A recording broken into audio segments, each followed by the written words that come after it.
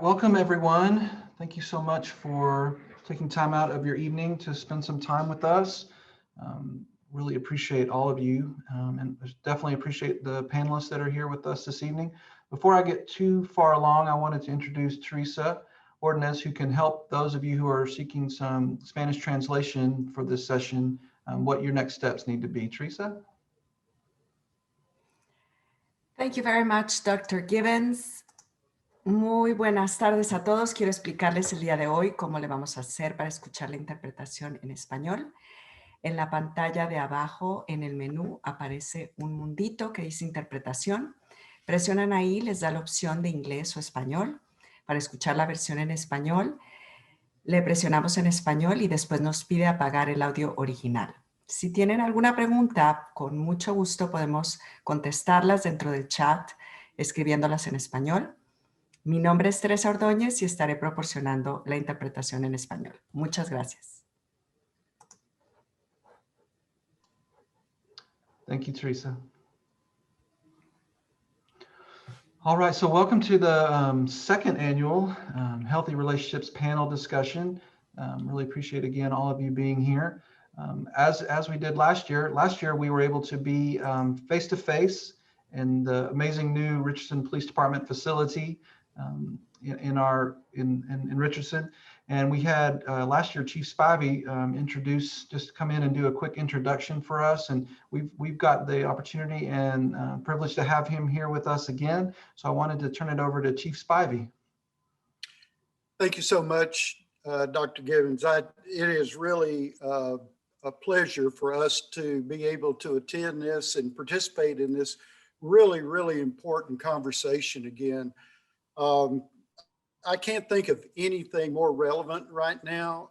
Unfortunately, we still get way too many incidences of kids in jeopardy and kids at school who find themselves in situations that can really change the course of their life. So I think it's very important that we continue to have these discussions. You've got an amazing panel assembled here. I can certainly speak specifically about the Richardson police officers that are engaged here, and I can tell you that each and every one of them come to the table with a commitment and with the expertise and experience to add to your conversation, and I hope give some information that keeps some of these young people out of making decisions at this point in their life that could negatively affect the rest of their life. So thank you very much for including us in the discussion, and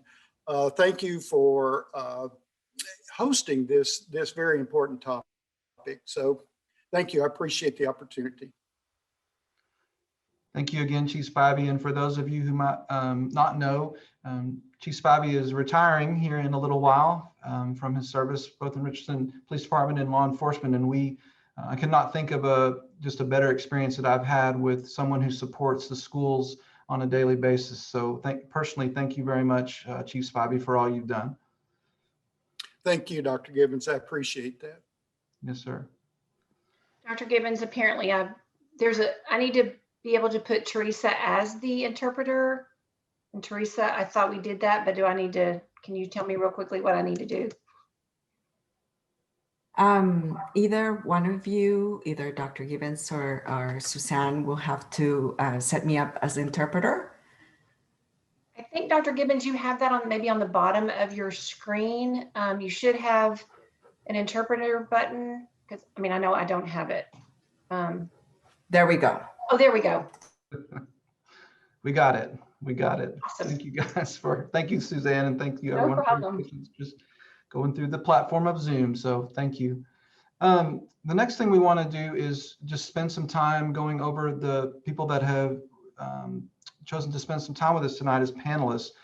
We have a great partnership with, as you can tell, with the Richardson Police Department. And I work quite a bit with Sergeant Alcorn, and I'd love for him to introduce himself and then the other our RPD folks that are with us tonight. Sergeant Alcorn? Sure, thank you, Dr. Gibbons. First, I'm Brian Alcorn. I'm the sergeant for the school resource officers. So we have, for those of you who may not know, we have 2 school resource officers at every high school and 1 at every junior high, and then 1 that travels around to all of the elementary schools that are RISD in the city of Richardson. So we have 3 of them here tonight. We have SRO Vincent Gibson, we have SRO Pierce, and technically we have Gina Quasua, who is facing an upcoming promotion to detective. She's going to be transferring in about another 3 weeks to detective.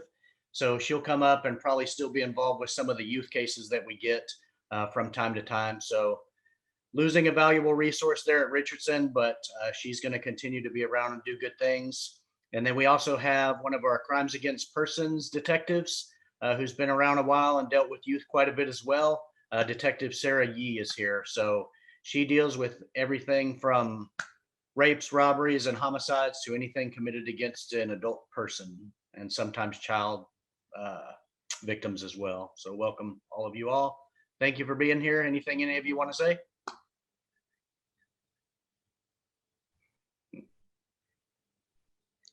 Well, I'm Officer Gibson.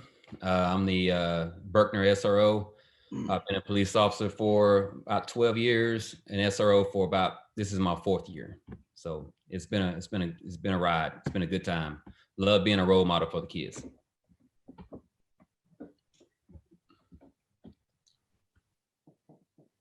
And my name is Officer Pierce. I'm assigned at J.J. Pierce High School. I've been there for about 13 years or so, and I've been a police officer for just under 24 years. And it's always a great opportunity to help the community and help the kids any way I can. So any questions directed at me, I'll be happy to help you guys out.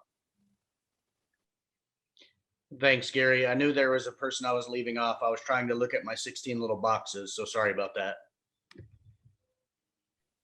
And like Sergeant Alcorn said, I'm Officer Quasua. I'm currently at Richardson High School, and I don't have as much tenure as they do. But so I've been with the city for about 5.5 years, and I've been at the high school for about 1.5 years. I'm really sad to leave. It's been a great experience, and hopefully we can give you some valuable information and answer some questions just like Officer Pierce said.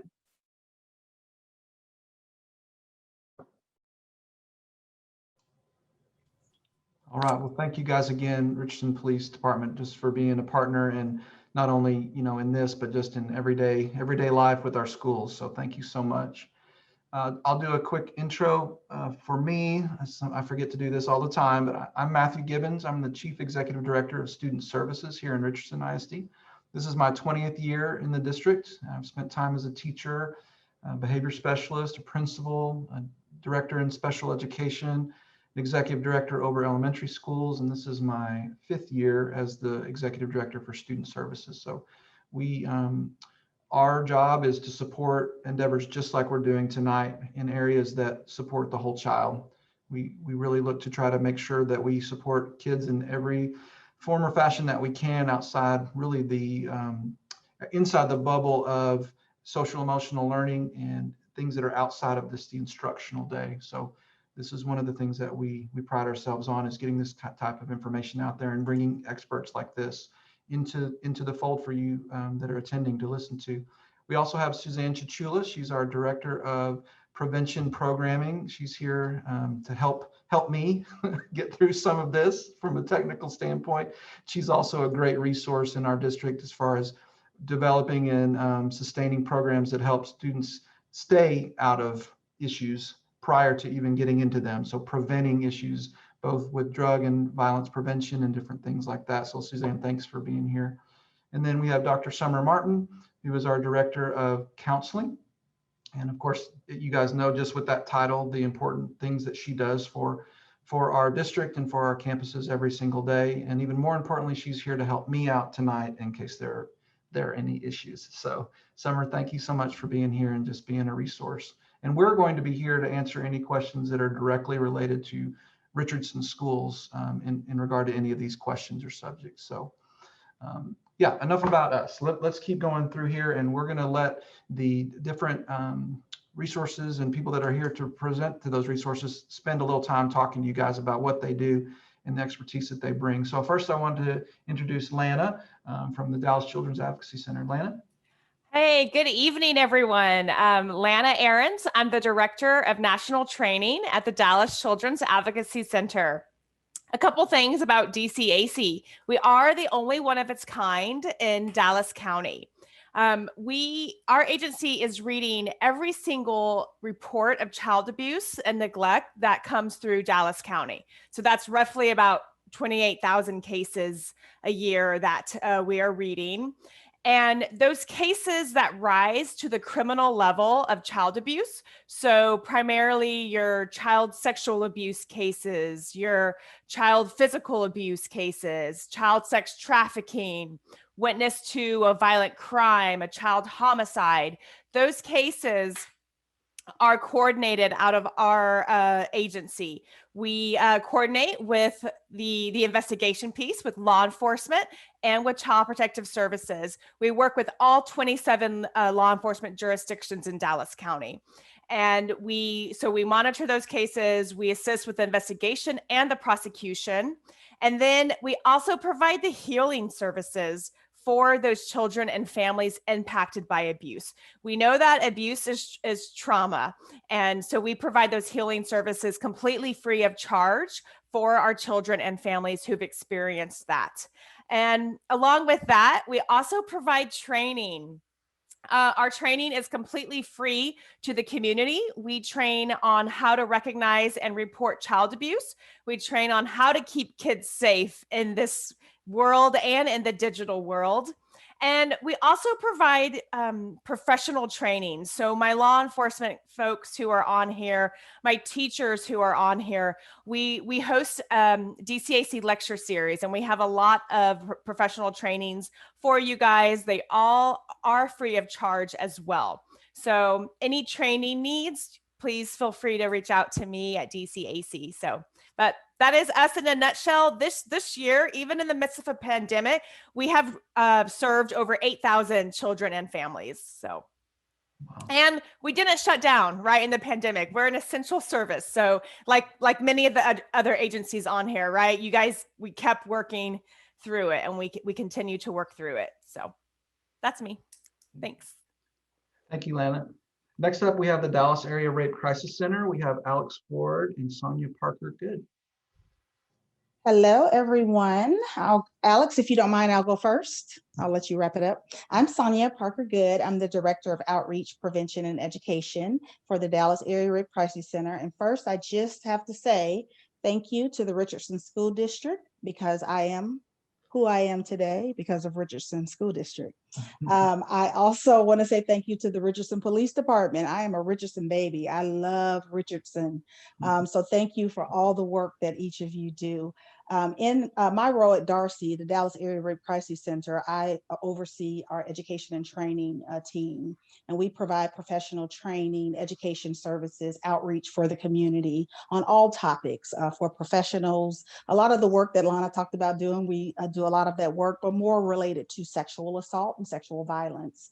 We'll talk a little bit about that sometime tonight, get into that a little bit. We serve our population, really children over the age of 13, but we definitely provide advocacy services. We have a 24/7 hotline. We provide free counseling for victims of sexual violence and their family members or loved ones. Anything I'm missing? Legal advocacy. We have a wonderful legal advocate who's out in the community working with people to get them more informed and tell them more about what their options are should they want to pursue legal assistance when they report that they've been sexually assaulted. So just happy to be here. Thank you all for having me. And I'm just going to piggyback right behind her. My name is Alex Ford, and I am the outreach coordinator for the Dallas Area Rape Crisis Center. Such a big term. So that's why we go by Darcy. But I'm able to kind of hop on tonight. So I want to thank you for inviting me to this panel. Love that you all are here. Love that our viewers are here being able to get this great information that we're providing tonight. And we're hoping that we can continue sharing and spreading this message even after tonight's panel call. Thank you so much, ladies. Next up, we have Ryan Thomas from Hope's Door. Hey, thank you, everybody. I was going to say really great things about Richardson and Richardson PD, but Sonya beat me to it. But I can honestly say going into RISD schools, they are my favorite schools, and I've been all around. But thank you again for not only having us here, but giving a platform to this really important message. And, oftentimes I think probably a lot of people on here would agree that, prevention is often overlooked. At Hope Store New Beginning Center, I here, beat this, Alex. I'm the Community Education Program Manager at Hope Store New Beginning Center. So I just tell people the more words that are in my title, the more important I sound. So just keep throwing them on. Working for a nonprofit, just like titles, they just give you more and more duties and expect you to keep doing. Right. But we also are very similar to DCAC and Darcy. But our main focus is domestic abuse, family violence, and teen dating violence. And there's so much overlap with all of these things. But we also provide wraparound services. So first, we have our everyone's goal in our community is to live in safety and have healthy relationships. And so one function is we provide those victim services like our 24-hour hotline, child therapy, counseling, emergency shelters for physical safety. We have 2 staff attorneys and a legal assistant, transitional housing. But we also know that if we only serve the victims, then the offenders will just go find a new victim. So we have that battering intervention and prevention program. It's more of a psychoeducational program. But then, we can't just stop with the victims and the offenders. It's because we have to ideally educate the youth so that they don't become future victims and future abusers and then need those services. And that's why I'm so thrilled that we could be here and talk about prevention. And so, that's largely what I'm trying to do, is not only get into the schools and talk to the young people, but also educate the community, parents, and teens. So we have our professional trainings that we do.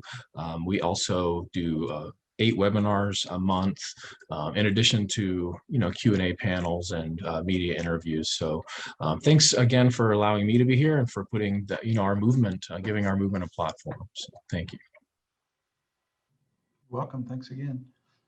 Next up, we have Megan Hamlin from the Turning Point. Hi, y'all. Thanks for having me here tonight. We do a lot of some of the similar services that you've heard that have been mentioned by Sonya as well as Ryan. And the Turning Point Rape Crisis Center, we work, through Collin County. We have some overlap. Anytime we have a survivor that potentially may have had something happen in your area, but we offer advocacy, counseling, education. We have Courtney Safe Place at our facility, which is 2 hospital rooms that are actually at our location, where has been such a huge blessing during this pandemic, because hospitals have really been pushing off, especially 13 and older. The children it's been a blessing having children's health facilities where the children are still able to be taken care of. But the adults, 14, 15, 16, it's a gray area, but the older ones, Courtney Safe Place has been a busy facility for us these days. We have a lot of SANE nurses that work for us, and that's been great. We have pediatric SANE nurses that we send out into health, children's health, as well as into all the hospitals. And we have a SART program, a sexual assault response team. And we have a gentleman on staff that heads up with that. And it's fantastic to have that resource on staff with us. It's been a privilege to be able to, my job itself is actually the community engagement. I got you, Ryan, that big old long title, the Turning Point Rape Crisis Center, Community Engagement and Education Manager. I agree with you. The more you have in your name means the more important you are.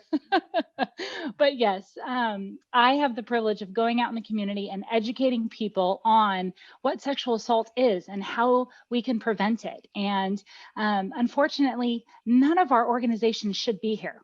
And I wish that we didn't have to teach people on why we are here, and educating our schools on bullying and sexual harassment and prevention programs and how we can better educate our students at the youngest age possible, all the way up into the Collin County colleges. And I think it's a privilege to be able to teach this prevention program and educate them on how to better protect themselves on both sides of it. So I think it's a privilege to be here tonight to talk about this because it is something I'm passionate about. So thank you for having me here. Thank you, Megan. All right, so let's dive into some of these questions. I think Suzanne put the questions in the chat just so you could, if you wanted to grab them, they're just a Google link that you're welcome to look at. But for those of you who are attending, the first couple of questions really revolve around just the characteristics of relationships. So first two questions are, what are the characteristics of a healthy relationship? And what are the signs of an unhealthy relationship? So who would like to, from our panel, who would like to start to answer some of those questions? I think I'll just start and throw something out there. I think a lot of times, sometimes we can get polarized on thinking that relationships are just unhealthy or healthy, right? And if we look at those extremes, it's very easy to know what a perfect relationship looks like and what an awful, toxic, and abusive relationship looks like. But what about all that medium stuff in the middle? And we know that relationships exist on a spectrum, and they're constantly changing, and it's dynamic, right? But I think one thing that there's a quote that I love, and it says, the act of love is to say, I want you to be who you are. The act of abuse is to say, I want you to be who I want you to be, right? And so if we kind of look about it as like power and control, whereas a healthy relationship is where there's equal power and control. An abusive relationship is one person has power and control over the other. And an unhealthy relationship, which is frankly where most relationships exist, is where one or the other is attempting to gain control, right? And then if somebody wants to kind of jump on that and take it, you're welcome to, or I could keep rambling. And you don't want that. No, that's a great setup, Ryan. Thank you. That's a great way to intro that. Appreciate it. I'll add something to that.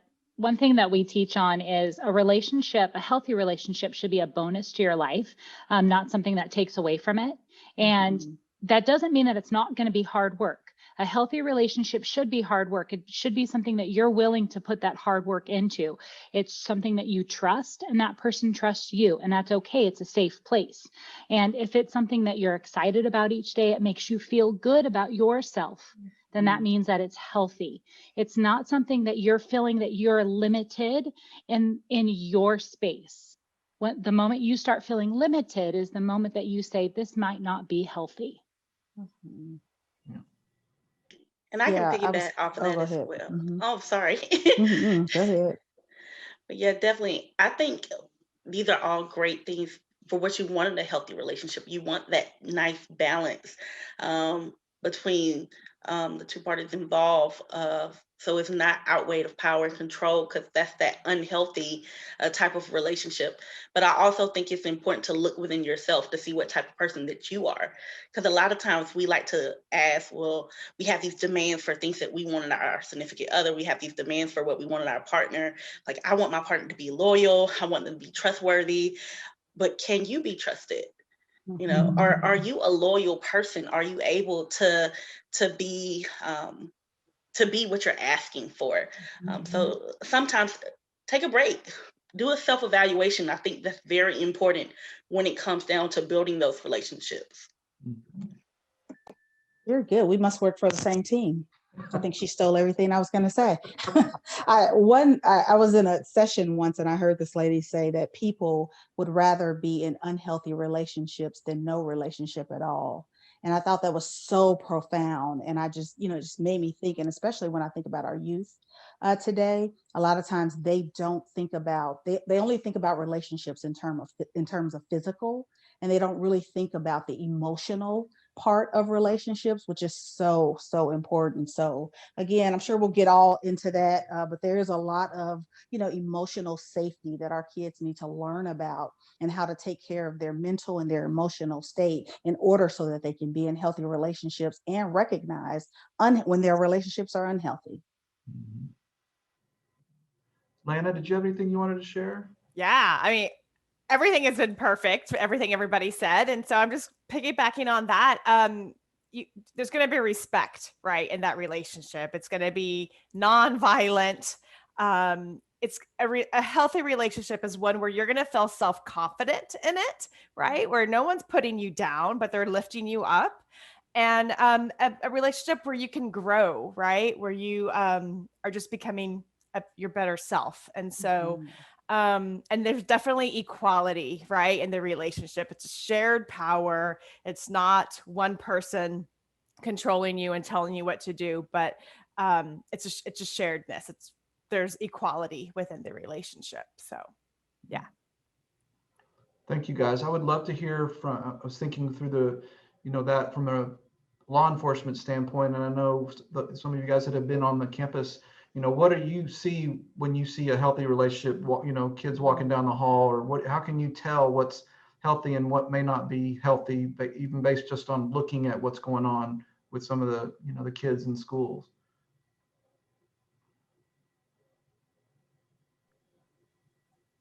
Hey, Dr. Gibbons, a couple of things I'd like to add on the police side, things I've seen over the years. A lot of times, students can be very controlling, or they're not supportive of the other's goals. They expect all of the other person's time, physically or mentally abusive. And one huge red flag for us is when there's some sort of threat of harm to the person or to themselves if you try to leave that relationship. Mm-hmm. If any of those things occur, then that's an immediate sign to tell a trusted adult or one of our crisis counselors, administrators, or obviously come to the police department at the SRO office and notify us.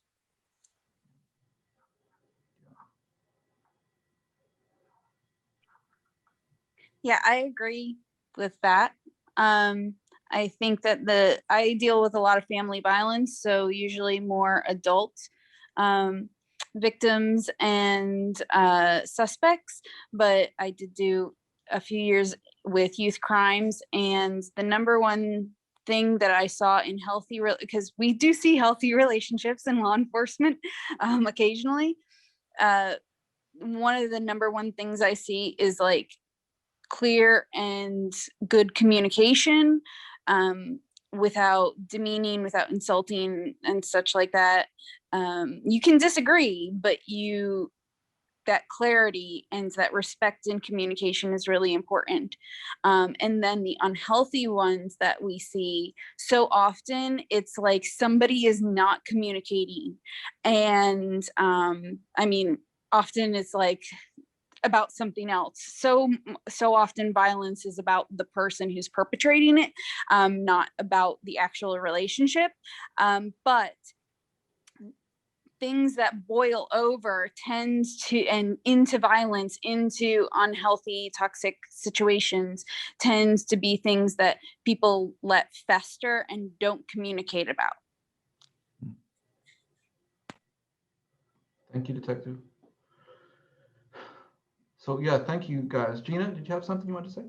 Oh yeah, I was going to piggyback a little bit off of what Sarah said about how important communication is, along with just personal, like self-value, where you hold yourself, your self-esteem, and those kinds of things. It's important for us to teach our young people their self-worth, because just today, for example, I heard these two girls talking. They were standing right next to me, and one of them was saying, "Oh, he's saying bad things about you." Well, he's talking about you. That means he likes you. And I was hearing that and I was like, wow, this is how they're thinking. They think that that's a positive thing just because he's talking about them. And I guess they found that appealing. That might mean he likes them. It's someone worth pursuing. And it's sad to hear that kind of thing. And I don't know if they were in a relationship or anything, but that was someone she was interested in at the very least. And that was really sad for me to hear. And I guess some of the things I see in the high school, with social distancing, it's kind of hard to say right now. We're trying to keep them, not even holding hands if we can, but you'll see some of the relationships where it seems like someone's a little more possessive. They'll tend to kind of hold that person kind of like weirdly close to them and kind of guide their movement in a sense, versus letting them be their own person and make their own decisions. It's something so simple, but noticeable when you're, on the outside looking in. Hey, like why is that person controlling everywhere you move? Why are they, controlling you in that kind of way versus just holding hands or, talking and having a conversation? So those are just a couple of the things I've noticed so far that no one else has said so far. Yeah, I'll add to that too. If we have any parents that are on the call with us tonight, if you see your daughter or whoever start to, complain about their boyfriend is going through their phone or looking at their pictures or asking questions about why are you texting this boy or that person or whoever, we see, and Sarah can probably attest to this, a lot of family violence and assaultive cases start because of that. It starts with going through a phone, and then there's a huge argument over why did you text this person or why are you talking with them? And then all of a sudden that becomes a punch in the face or something much more different. So that is definitely a warning sign if you start to see your, son or daughter controlled by another party. I agree. That's a good point. Also, you shouldn't have to compromise who you are. You shouldn't have to change. You shouldn't have to quit activity that you usually do. You shouldn't have to quit football, soccer, whatever. You just shouldn't have to change. Be who you are. I see a lot of unhealthy relationships at my high school. I see kids walking around the hallway yelling and screaming at each other. Instead of going to class, they're arguing. It's like a rolling family violence. That's what I call it. It's a shame, but that's what it is, a rolling family violence. So it's like Sergeant Alcorn said, it's real important to teach our kids and teenagers what to expect. Respect, mutual respect, communication, like everybody touched on, that's very important. We have a really great question in the chat that kind of goes along with that.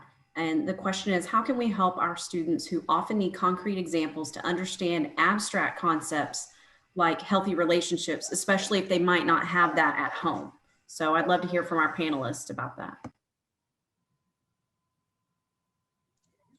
I'll jump in there. So it's a really great question. And, we know that the 1 hour auditorium presentation is almost never effective, right?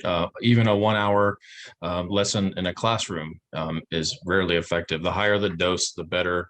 And we can't just go in and say, don't do this, don't do that. But, because it really is important that you kind of start at that fundamental level of what's important to you? What do you value about yourself? Who are you? Who is your support system? What are your ideal characteristics in a partner? How do you want to be treated? How do you want to treat them? What are your bottom lines and your non-negotiables?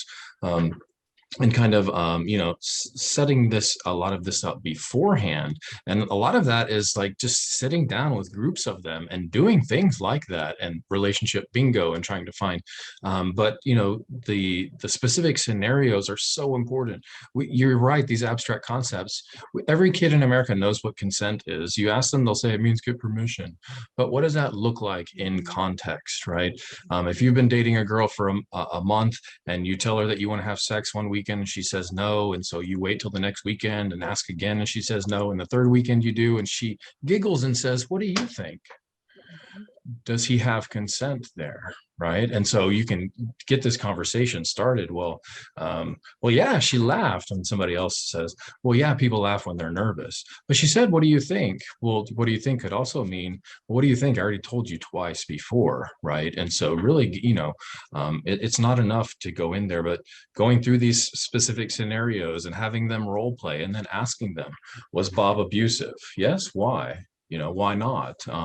Just because somebody breaks up with someone and they get their feelings hurt and start crying, what was that breaker upper abusive? And so it really is a lot of repetition and letting them talk to each other. As a facilitator, we should not be doing any of the work and we should be doing the least amount of talking in the room. But it really does, it's setting up that structure and the multiple sessions and using an evidence-based curriculum, and also getting everybody involved and parents talking to them at home. And so I've talked for enough. Thank you. Thanks, Ryan. All of that, for me, you hit on the nail, hit the nail on the head. I'm old school. I come from a period of time where they said it takes a village to raise a kid. And that's still what I believe. When I talk to parents today, I tell them all the time, if it's something that you feel like you can't do, have at least 5 other adults that you trust in your kid's life, that you trust to give them good advice, that you trust, that they can trust to talk to and to be open with, because we have to get our kids dialoguing. We have to get our kids in these safe spaces where they feel comfortable talking about what's going on with them, because, and we all know, not all the time do they see happiness and love and fairy bunnies at home. We know that, right? And so we have to have a community, and we have to have schools and environments, and even, you know, all of our programming. It has to be the safe spaces where kids feel comfortable with talking and sharing what's going on with them. So just for parents out there, have people in your circle that you can rely on, that you can count on to be a support system for you and your kids. Someone says, will you give, oh, I'm sorry. I want to read the question. Oh, go ahead. Oh, I was sorry. I didn't want to read the question. I was reading question. I'm so used to doing all these things myself, but you go ahead. Well, no, you said trusted adults, right? Yes. So give an example of what that trusted adult could look like. For me and my daughters, my trusted adults were my mother, my aunt, the pastors at our church. You know, so the trusted adult is whoever you and your kid trust. Of course, I don't tell anyone who the trusted adult is, because there's so many statistics out there that tell us sometimes people we trust are not oftentimes the right people to trust. So I think, again, that's where you as a parent and a child, you have to have that relationship with your kid, to where your kid feels comfortable coming to you and talking to you about what's going on with them in their lives. So yeah, trust me, trusted adult, that could not always be what we think. Mm-hmm. Let's thank you guys. Let's move on to kind of the next couple of questions, because this is something that I know Sergeant Alcorn and I have had a lot of discussions about, and as a department, we've pursued some education on this. I know with Mr. Thomas, especially when we're talking about boundaries and around digital boundaries. So most importantly, sexting and some of those things. So the next set of questions is, how do I set boundaries to maintain a healthy relationship, the boundaries, but then in my opinion, a little more importantly, how do I set digital boundaries? I think that's such a new challenge for our kids nowadays. How do they set digital boundaries to maintain a healthy relationship? So Sergeant Alcorn, would you guys mind talking from the law enforcement standpoint, because I know there's a lot that goes into that as far as the discussions that we've had, and then maybe we could expand on that after you guys discuss. Sure, I'll speak just briefly, and then I imagine Sarah, Detective Yee, will probably jump in on this one. I think the most important thing for the parents is just to really monitor what your kid is doing on a phone. Don't be afraid to set up some type of software where you can monitor their text, see who they're texting, what they're saying, what they're doing. Look through some of those apps on their phone, and you'd be surprised what you'll find. A lot of times, if you've done any research on things, a new trend right now, not really new, it's been around a little while, but for some of these teenagers, they'll hide different things. So they know, hey, my dad, Dr. Gibbons, is going to be looking through my phone. So let me make this weather app the secret chat app, or they'll make a folder that says for my eyes only that has a password. A lot of kids, I think one of the big ones now is a calculator app. As a parent or whoever, you look at your phone and go, calculator, nothing going to be in there. But it's actually kind of like a secret app. So those are some things to look for. Parents that are on the call, I would definitely look for a folder that says for my eyes only. Sometimes that's on an actual phone. Sometimes it's within a Snapchat app or another app. But if you've got a 14 or a 15 or a 16-year-old daughter that has a for my eyes only folder and it's password protected, my suggestion is what that password is, or that phone goes bye-bye.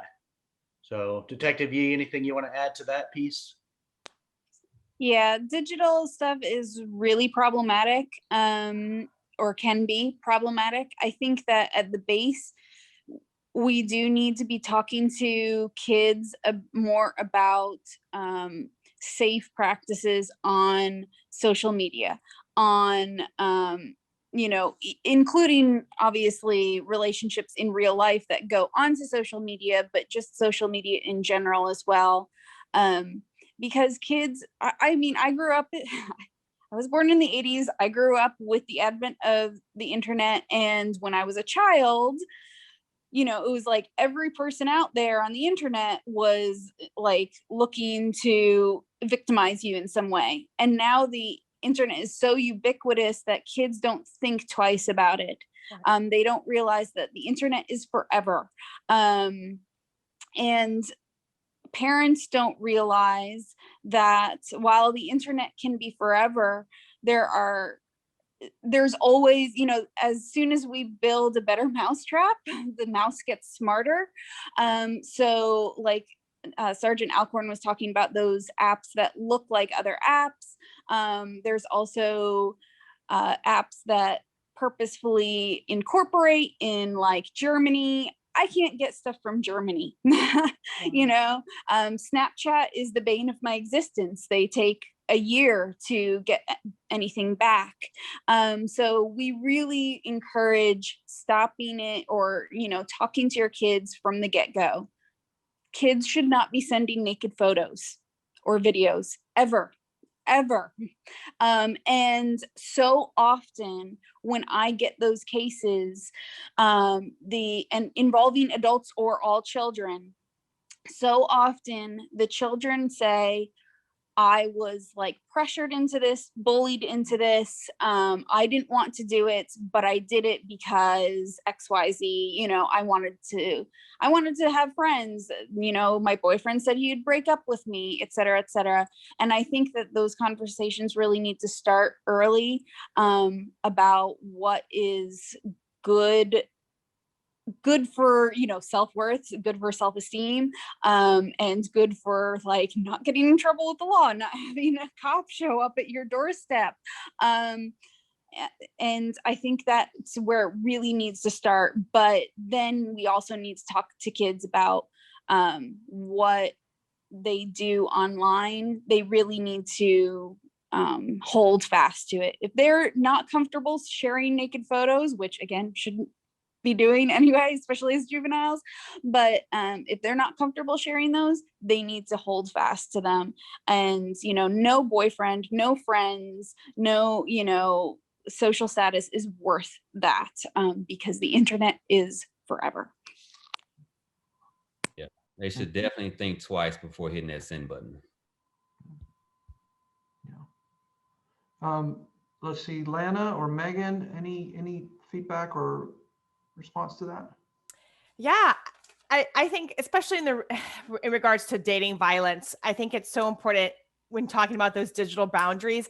Make sure you're not sharing your passwords, right, with your boyfriend or with your best friend, because your seventh grade best friend might not be your best friend forever. So, protect those passwords. Talk about what you're okay posting on a social media site. Are you okay making your relationship public, right? That you're in a relationship, and is it okay to, share appropriate photos? And I think in a relationship, you should have those conversations, right? About what's okay to share, what's not okay.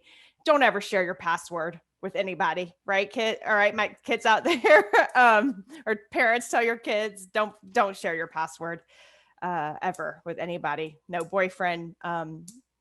The parents on here, you should absolutely have the password to your kids' devices and things like that. So, and I think, back to the apps, what I'm always hearing is that any app can be a danger to a child, right? It doesn't matter if it's an app that's, specifically targeted to 6-year-olds or what have you, but any app can put a kid in danger, especially those apps that have the direct messaging and the live streaming and those kinds of things, because we know, and so much, and I'm going to get on a tangent, but so much of the grooming is happening online now, right? Our kids are online all the time, and grooming online happens so much faster, right? It can happen in a matter of minutes. Whereas before, grooming in person, took so much longer. So be aware of who your kiddos are talking to online. Okay. Make sure they're not meeting people and talking with strangers online, because that grooming process happens very quickly when it's on the internet. So I'll stop talking, or else I'll keep going.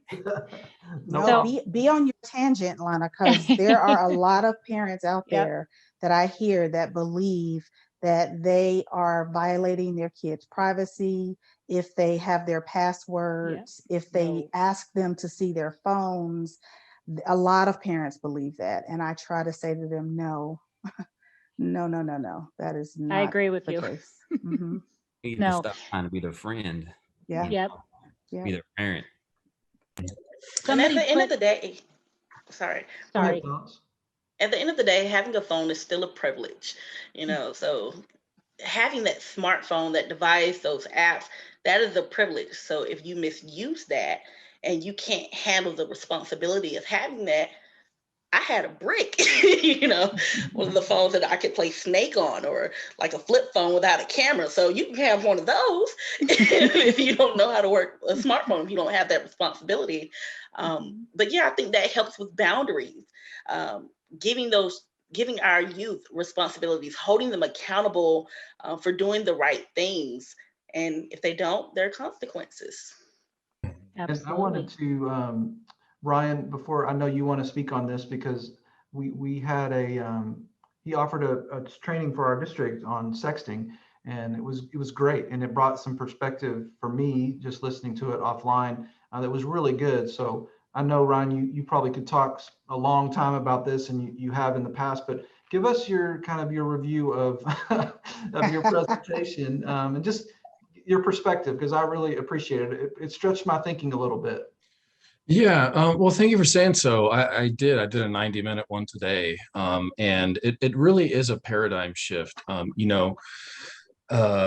The problem with the approach of like an abstinence only approach with sexting, or if your only method of monitoring is by using their password to break in, if that's your only means of communicating about it, just like we know in the research shows abstinence only sex ed doesn't work. Abstinence only sexting doesn't work either. So more importantly, if we just tell them don't do it, or if we give them scare tactics, for example, like 90% of all sexting exchanges happen consensually between partners, and most of those things never make it out, right?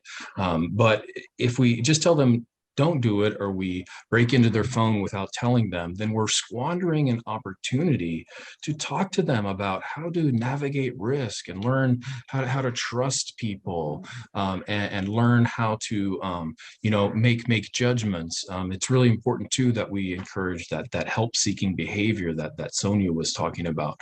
But also, more importantly, what's the best tip to prevent rape on your campus, right? It's not watch who you go out with, don't wear skimpy clothing, don't take drinks from strangers. The best tip is don't rape people, right? And so we also have to talk to, we can't just say, here's how you don't become a victim, right? It's not my responsibility to avoid being victimized by every other human in the world, right? So it's really about also teaching them not to ask, not to coerce. It's also important and not to forward, right? That's when you become a criminal, and that's when it becomes a form of abuse. And so if we're dealing with 100 incidents of sexting, and 50 of them are happening between consensual partners, and 50 of them we have somebody forwarding it, and we have a victim and a perpetrator, where should we direct and triage our limited resources like that? But it's also important too that we empower them with something.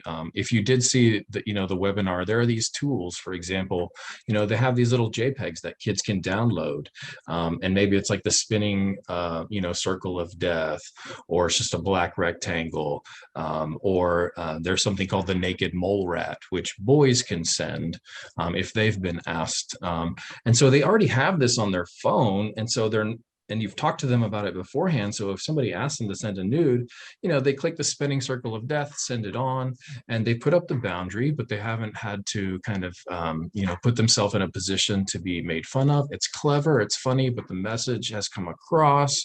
And so, instead of just saying, don't do this, or I'm going to check to make sure you're not, how about saying, hey, 68% of kids in the latest study are going to be asked to send a nude, regardless, right? So why not give them something ahead of time? Because we know it's going to happen to 68%, right? And so, we know talking to kids about suicide doesn't make them want to commit suicide. Talking to them about sex doesn't, the research says the whole point of all of this is so that if there is a problem, they're going to be much more likely to come to us, right? And so that is also the danger too of, if the child may see it as a violation of their privacy, that mom's breaking into my phone, is that going to encourage or discourage future help-seeking behavior should a problem come about? I'm advocating that both approaches, are necessary.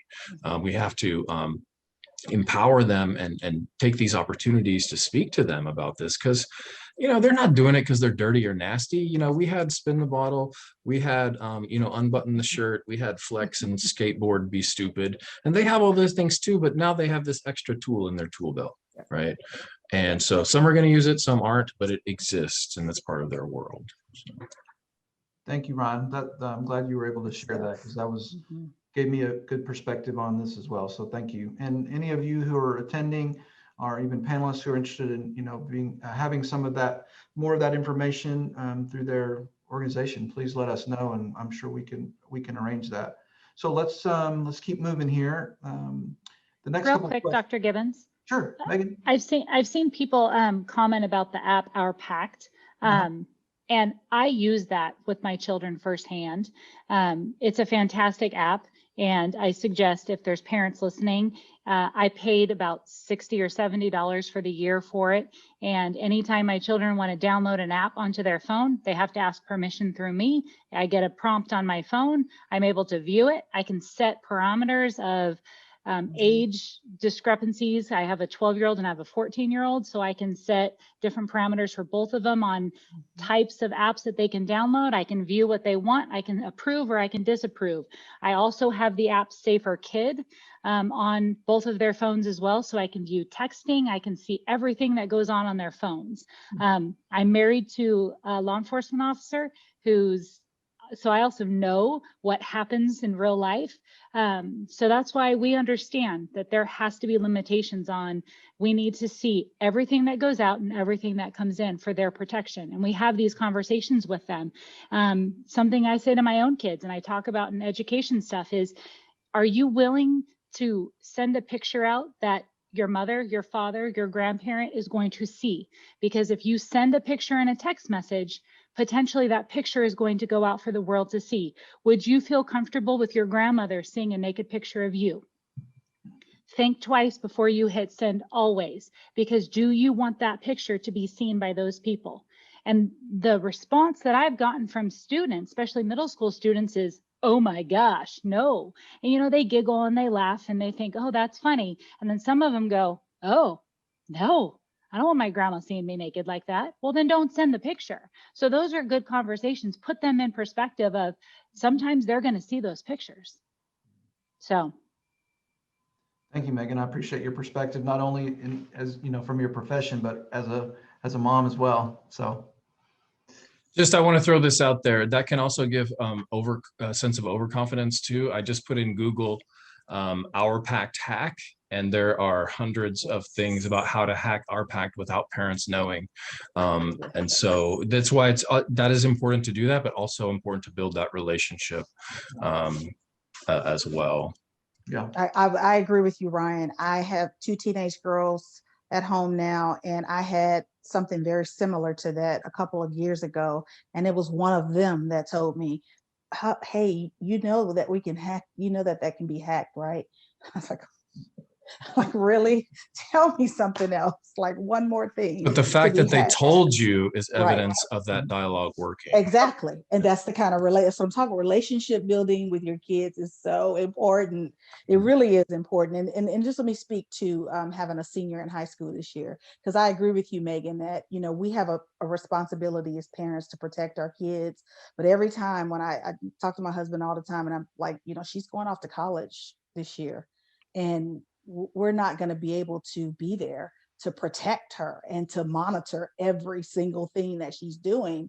And so these last few years have really been important to me to talk to her. And, you know, her mom works for the Dallas Area Rape Crisis Center. So I'm just talking to her all the time, sharing these stats with her, giving her an opportunity, just as Ryan said, to think on her own about what's good, what's not good, what should I do, how would I handle that? If that happens to me, how would I handle that? Those tools are so important, and we really got to, and again, that's why we're all here, right? To continue to share all this information with parents, because before I started working for Darcy, I did not know any of this.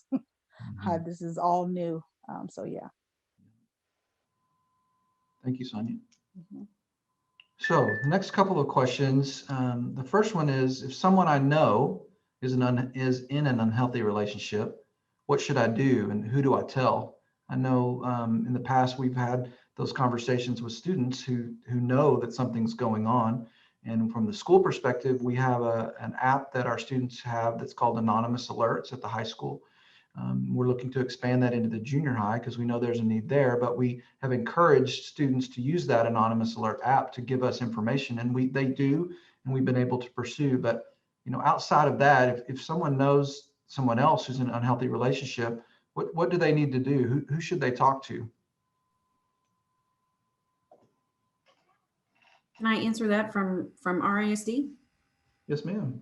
So one of the best things that if your child knows somebody who's in an unhealthy relationship is to talk to their parents, first of all, and then you can always call your counselor at school. We have at the secondary level, we have campus counselors and we have intervention counselors who are both trained to help in this situation.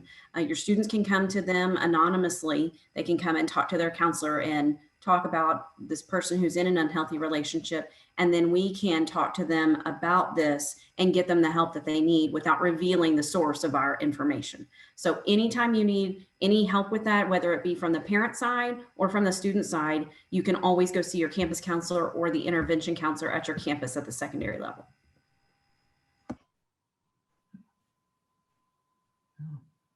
Thank you, Dr. Martin. The next one on here, go ahead. Somebody else? No, I was just like, I love the word being upstander, right? Don't be a bystander, right? Like, so if a kid sees another friend hurting, be that upstander, listen to them, and tell. And keep telling until somebody does something about it. So, right.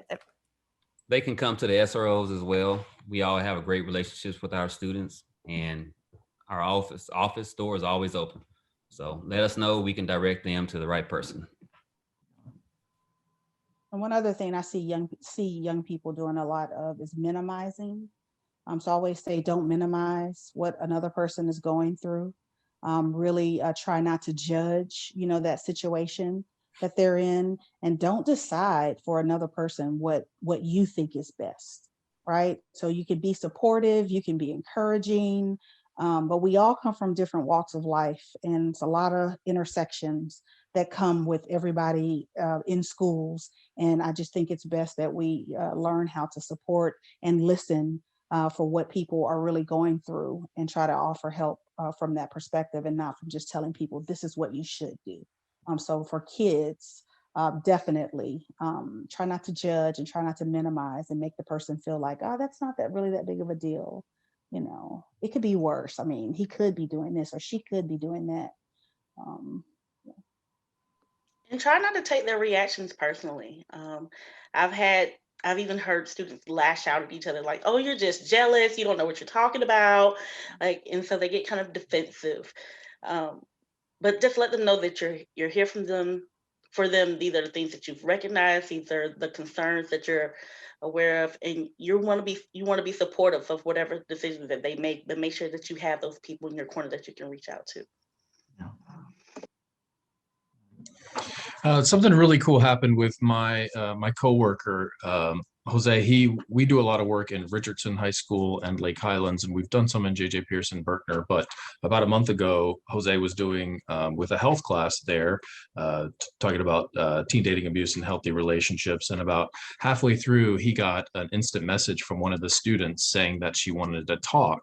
So after the Zoom class, she talked to Coach Fiala, and Coach Fiala gave her Jose's email. She said, "My boyfriend has been extorting me for months. I want to break up with him. He's abusive, but if I do, he's going to distribute the nude photos that he has of me." And so we were able to talk to her and get her connected with Anita Cepeda, because she'd been so scared to go to anyone at school or her parents, because she thought her parents were going to be mad at her or judge her for being nasty or dirty, which is precisely what we don't need to do, right? We don't blame the behavior. We address the violation, right? That forwarding or that threat. And so just from listening to my coworker for 20 minutes, it gave her the confidence to reach out to this stranger, and then she felt comfortable enough to tell people, and she was able to get that help. And so that's really why that relationship and that dialogue has to be in place, because she didn't tell any of her other teachers the whole year.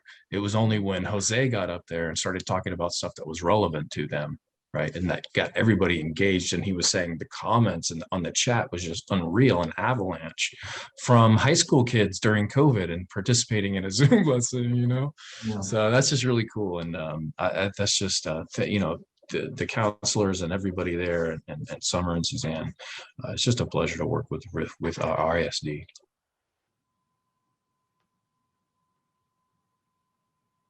So from the next question, and I would love to hear law enforcement's side of this or just their impression of this, but what do I do if I want to get out of a relationship but my boyfriend or my girlfriend has threatened to hurt me or threatened to hurt themselves if I do? And I know we discussed that a little bit from the unhealthy relationship side, but if that's happening and they're they hear that on a campus, what should they do?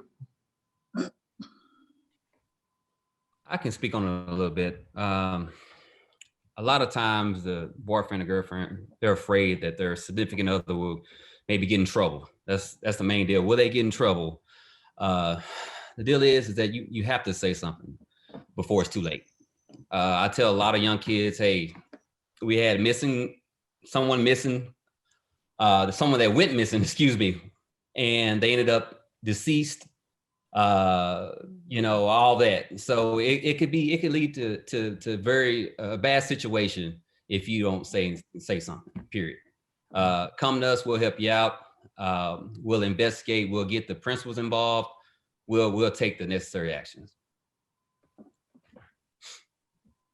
Yeah, I will say that, the people who are being threatened, saying, oh, if you break up with me, I'll hurt you or I'll hurt myself.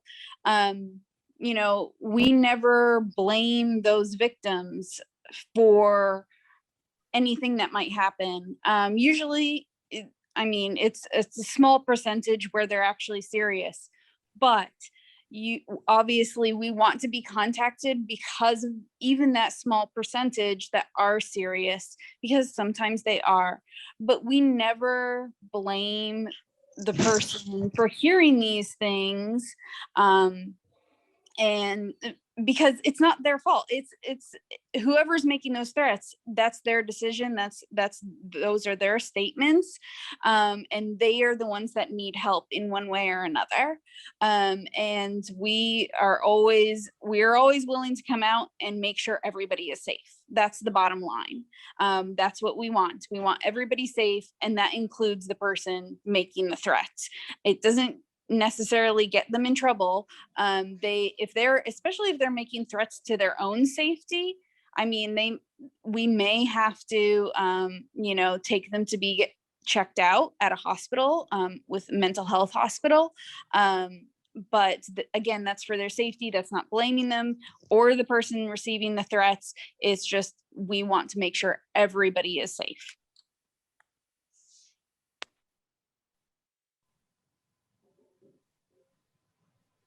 And I'll add just one little comment to that. I know at JJ Pierce, we have a significant relationship with our intervention counselor. This year it's Beth Diwali. She is amazing. And the main thing we try to determine is this comment a controlling comment, or is it someone in need of true help? And if someone's in need of help and they're suicidal, then we have significant resources available to get them that help. And if it's made to be used as a controlling comment, then we're going to counsel that person to let them know that that's not the way to go. So I do agree with everybody's comments that we need to determine if someone's truly in need of mental health, and so we can get them that help ASAP.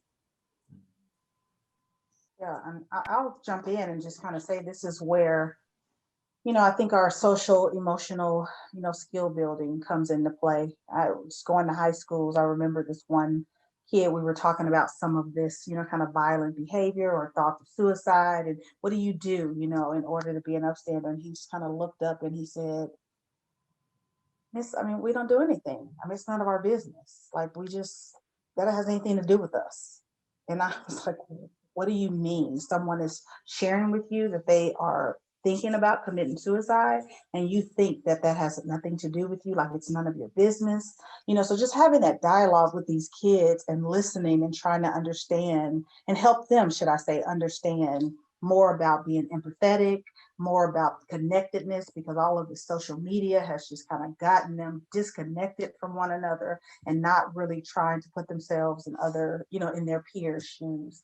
And so it's so much happening in the schools. Those of us that work in schools, we know there's so much going on. It's just hard to, but yeah, I definitely agree. I was just writing some notes down on what everybody was saying. And my main takeaway here is don't keep the secret. You may think it's a secret, but just reminding, our youth to not keep the secret, because that could be something that you wake up the next morning and just regret. Yeah. We asked this question last year, and I thought it was we got some really great responses. And the next one is, what do I do if I find myself in an unsafe situation? And, what are some strategies to stay safe? And some of the things that were discussed last year, I remember very specifically, were, parties, social events. And I know that COVID has really restricted some of that. But, what would we say, or what are some responses or some answers to if someone finds themselves in a very unsafe situation? What do they do? What are some things that they can do to try to stay safe in a situation that looks like it could be very unsafe? I think a teenager, let's say he or she is about to go out, they should really communicate with their parents. Say, hey, I'm going to such and such house. This is where I'm at. This is the address. They need to notify all their best friends. They're in that circle. Hey, I'm going out with Johnny, whoever. We need to know this. I would tell that person or that teenager, don't be afraid to be rude. If you feel unsafe, don't be afraid to be rude. Don't be afraid to use force to get yourself out of a situation. If you have to kick them between the legs, do what you have to do, just so you can be safe. There's so many things. There's an app out there. It's called Noonlight. You can check it out. Basically, if you're with someone, or if you're walking home or whatever, you hold the little button as you're walking. And then when you get somewhere safe, you release the button. Then you have to put a PIN code in. All right. If you don't put that PIN code in, it just automatically calls either your parent or 911. So if something goes on, you can't put that PIN in, they'll send emergency services. So that's just a good app, I would suggest. What was the name of that app again? It's called Noonlight. Noonlight. There's also built-in apps in Apple phone and also Samsung phones. In Samsung, it's called SOS Messages, and in Apple, it's called Emergency SOS. And it's something similar to what Officer Gibson, Detective Gibson, Officer Gibson was saying, where they can set it to, in Android, they press the power button 4 times and it will automatically send their location to their emergency contact, and it will update that location. It will also start an audio recording and start taking photos that it will automatically start sending out. And then the Apple's does not have as many functions, but what it does is you press that so many times in a slider, and it calls 911 automatically and sends your location GPS to whomever they designate as their emergency contact. Definitely something to look into for your whole family. If you have, elderly parents or really anybody, could be a lifesaver. I just discovered this, I think, a week and a half ago by chance in my own phone. I emailed our CEO, hey, have you ever heard of this? No one had ever heard of these. So now we're giving that information out to our clients as well. And I will add, because there's so much reliance on phones, right, for safety, make sure your phones are always fully charged, right? I know with my kids, their battery goes real quick, right? Because they're playing all their things and such. So make sure either they have like a portable battery or something, but make sure people are keeping their phones fully charged if they need it in an emergency situation like that. So I know something's super simple, but phone batteries can go quick. So and one other thing, especially on Apple iPhones, make sure the location is on, because a lot of times people try to track their phone. They don't remember to go turn the location on in settings. And as a parent, that would be terrible if I can't track my child due to the services not being activated. So it's real simple. Just set that up. I think that girls in particular, stereotypically speaking, are conditioned to be nice. They're conditioned to be polite. They're conditioned to be, passive. And I think that if you're in an unsafe situation, and obviously if you need to use force in order to protect yourself, yes, but also don't be, like Officer Gibson said, don't be afraid to be loud. Don't be afraid to be rude. Don't be afraid to say, like, that is not okay. Loud, call the attention of other people. Unfortunately, there are so many stories where something happens at a party and nobody else knew about it. And I think that part of it is that flight or fight, or freeze. They say there's flight, fight, or actually freeze response. But so often it's like, if you call attention to it, then hopefully somebody will step in. Of course, we also have to teach kids to step in when they see something that's wrong. We have to teach kids not to do it in the first place. So I would also add, try to encourage children to not be alone in situations. The whole buddy system that we teach when you're young, that shouldn't go away the older that they get. When you're going over to friends' houses, don't be alone. There's no reason to go to a park by yourself. There's no reason to be out late by yourself. You're going somewhere, go in a group. It's just smart. There always is another set of eyes to protect yourself and to help protect other people. So always encourage that. I encourage my kids, and I teach that when I'm talking to kids about being safe.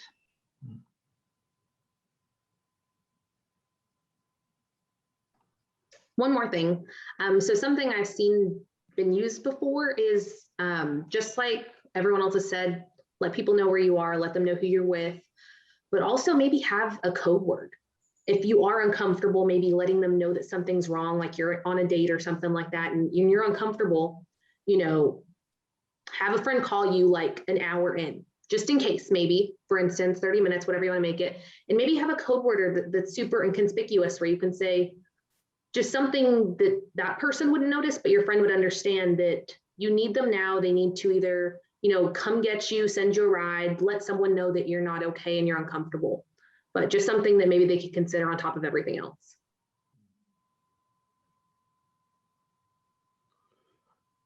All right, thank you guys. Great feedback.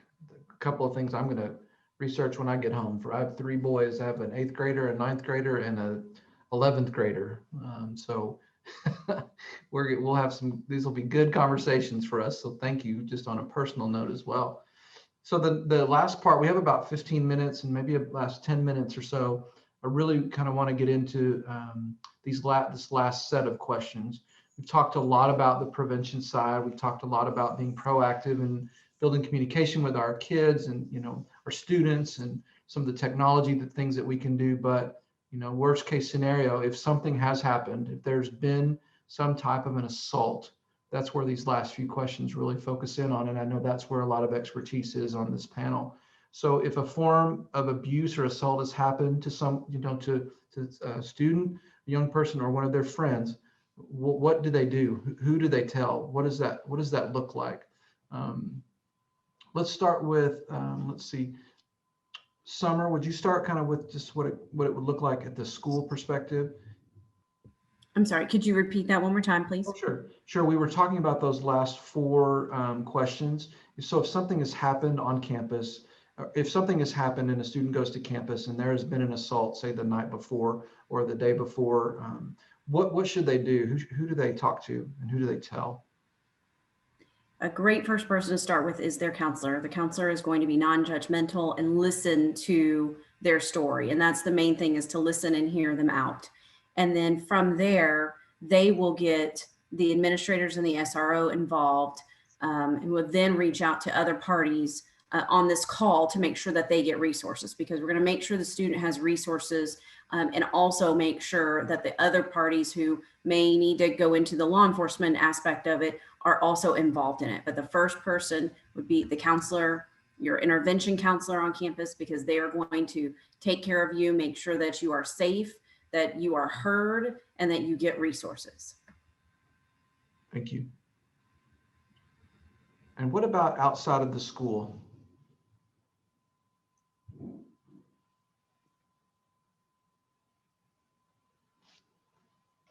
I'll jump in and, do you mean like organizations?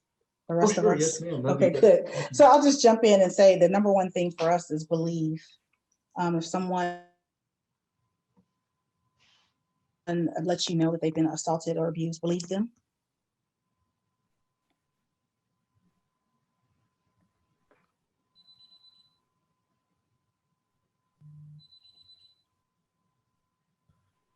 I think the storm's going through where Sonya is.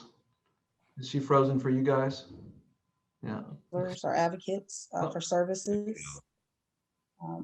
Yeah, but just believe. That's one of the most important things that I can just keep stressing here, is to believe them. Yes.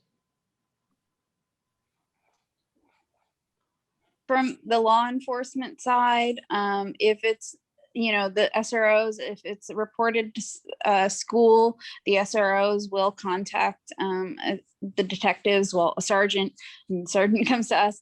And so we kind of have several different avenues. If it involves a caretaker, CPS will be getting involved as well. Parent or guardian, basically. Usually, if it involves a sexual assault, we will, a recent one, which I won't get into the requirements of like SANE and stuff like that, but it's possible that, we would be taking somebody for a SANE, which is a sexual assault nurse examiner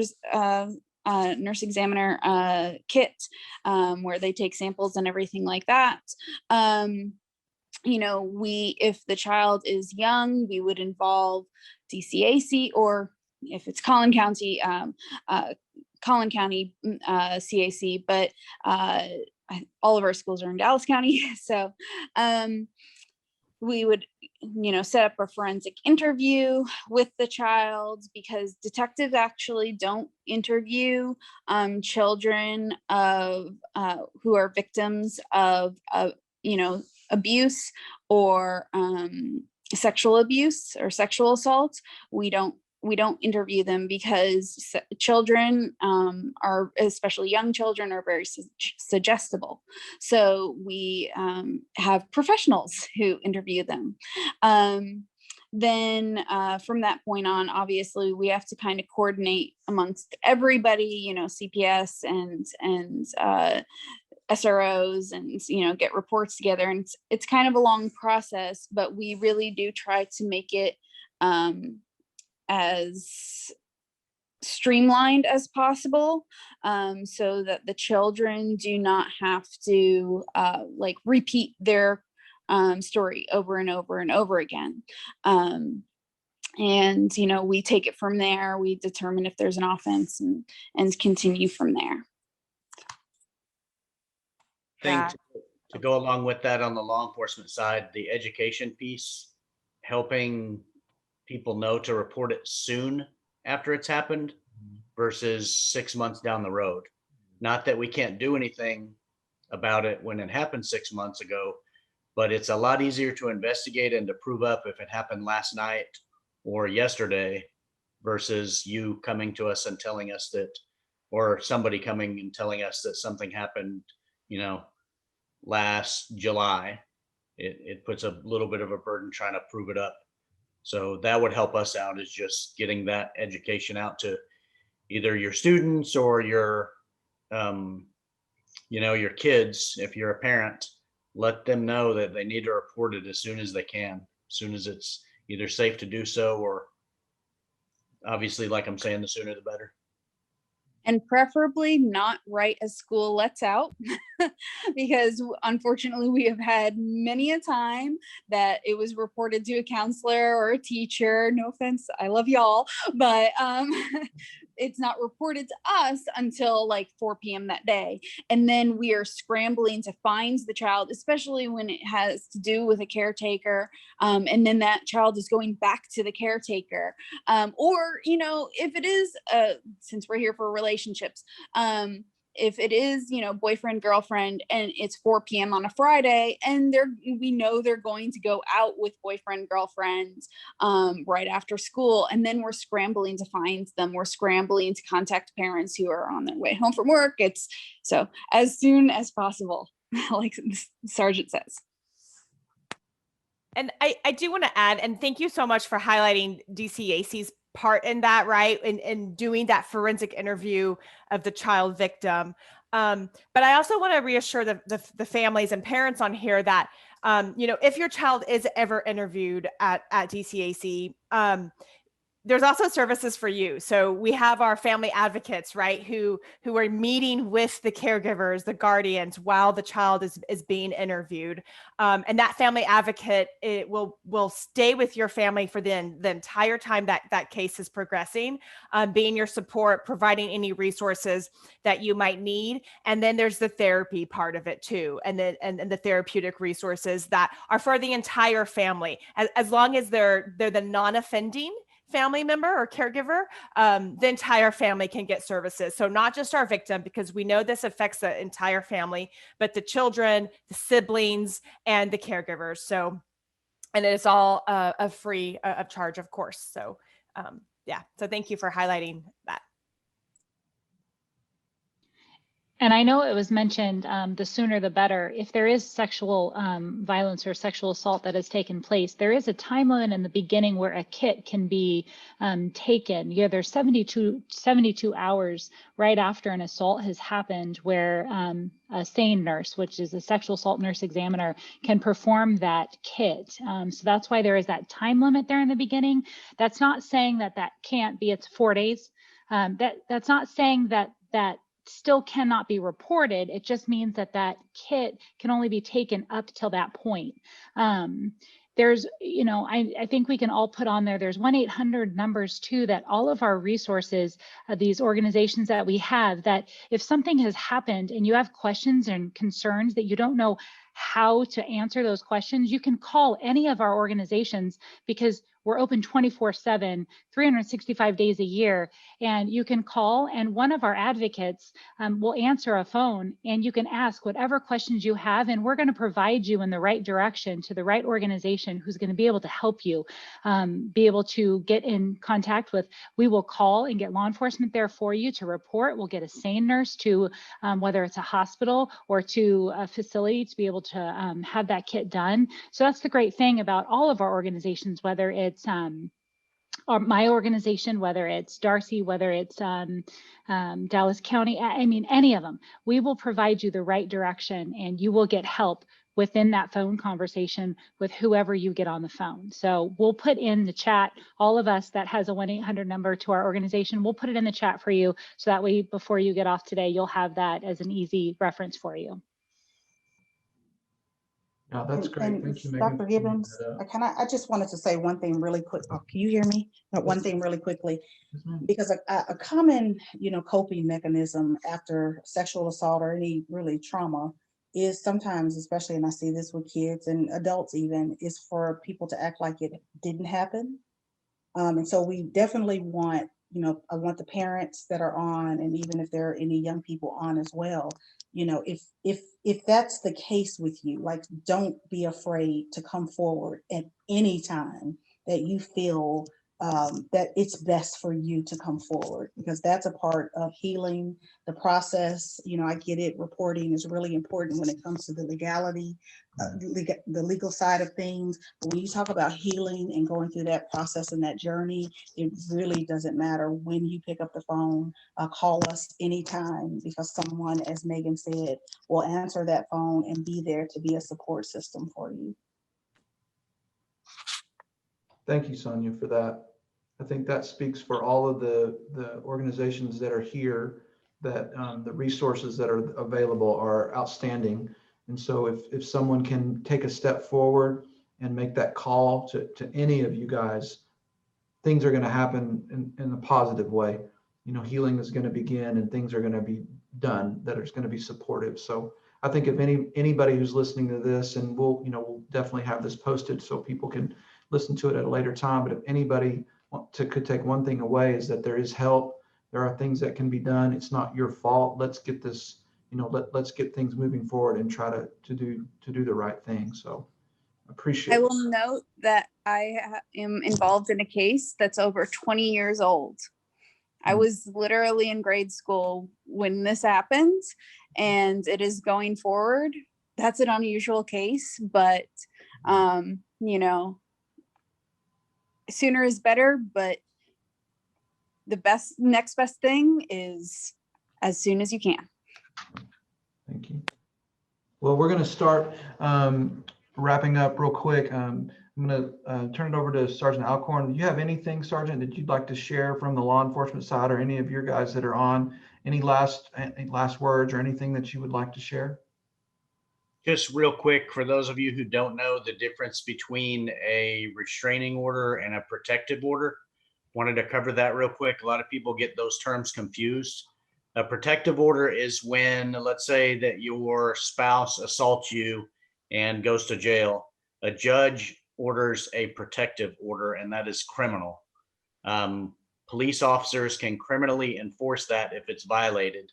A restraining order is a civil matter that's issued typically by, like, the constable's office for instances, say, of somebody harassing you or following you and you don't want that, or unwanted contact and you want to be protected.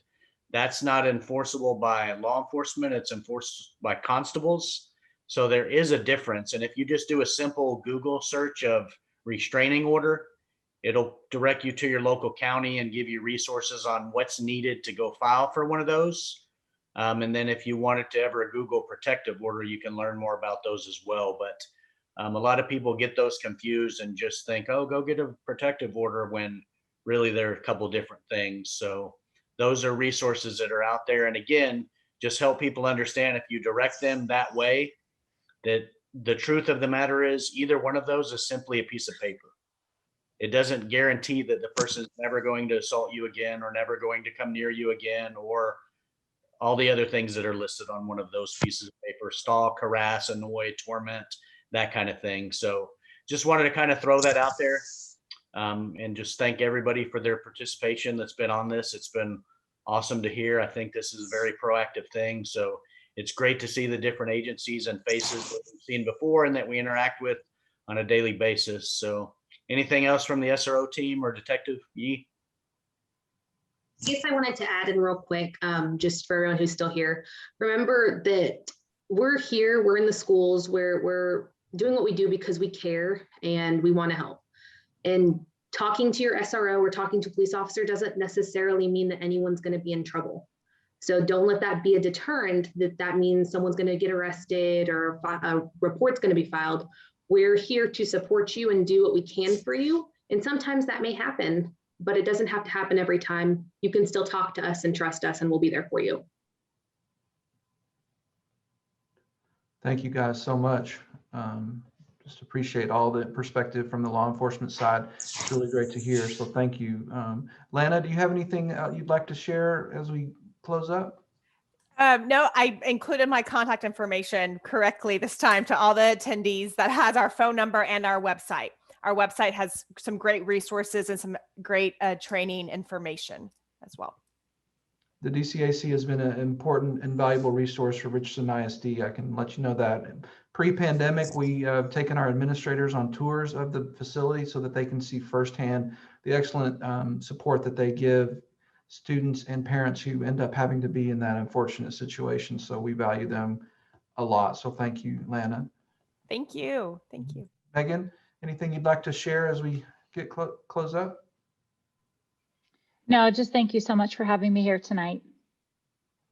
Oh, and thank you very much. I look forward to continuing to work with you guys as well. You've been a valuable resource, so thank you. Let's see, Sonya or Alex, any last words you'd like to share? I'll just say thank you again. I'm always happy to be here with you all. It's such a pleasure. I'm very passionate about sexual violence, any type of sexual violence. So if I can do anything to help any of the attendees on the call, please do not hesitate to give me a call. Thank you. And we do have our resources listed in the chat. So if you are at home or wherever you are, feel free to screenshot that information or save it however you can and reach out to us. Save our number. You never know when you may need it. Even if you don't feel like saving it under Dallas Area Rape Crisis Center, put it as your friend Darcy or something like that and know how to contact us. Thank you, Alex. Great advice. Ryan, anything you'd like to share? Yeah, again, just thank you for having me out and for being a part of this great panel. That's a great piece of advice too, Alex. I always tell people for Hope Store to Beginning Center's hotline, they can put it in their phone as Hope, right? And it looks like a woman's name, and that's also a good strategy for survivors. Yeah, I did just want to say that Dr. Gibbons, Officer Pierce, Officer Alcorn, I really like your haircut. I think you guys are doing something really forward there, and I'd like to support you in your hairless endeavor. But also, if anybody does need help or even just needs help getting help, yeah, please reach us out. I think it was Lana said that very well. But there's also, especially for teens, loveisrespect.org. There's an advocate chat where they can talk with the teen, because teens oftentimes feel much more comfortable, and even adults now too, we're getting. So that, there are other avenues that they can use to reach out to people through chat or even peer advocates. And if anyone's interested in having us come to the school or talk to your volunteer group or organization, I know me and all of my other outreach prevention years and educators would love to set something up for you guys. Thanks again. Thank you, Ryan. Summer or Suzanne, any parting words from the school? You guys are good? Okay. Well, again, thank you to all of our attendees who spent some time with us this evening. I hope it was valuable for you and you got some good information and things you can move forward with. And just as importantly, thank you to all the panelists who spent their evening with us virtually. I really appreciate it. And all of you will be getting an invite to come back for the 3rd annual Healthy Relationships panel discussion next year. And hopefully we can do that face-to-face somewhere and be able to actually interact a little bit, hopefully. So thank you again. We'll get a weather report before we schedule that. Because this happened during Snowmageddon, right? Is when it originally was scheduled. And now we're having storms. So anyway. It was during Snowmageddon, so of course, that couldn't happen. So anyways, thank you guys so much, and we will talk to you soon. Thank you, everyone. Good night. Bye. Bye. Thank you. Thank you. Bye. Thanks.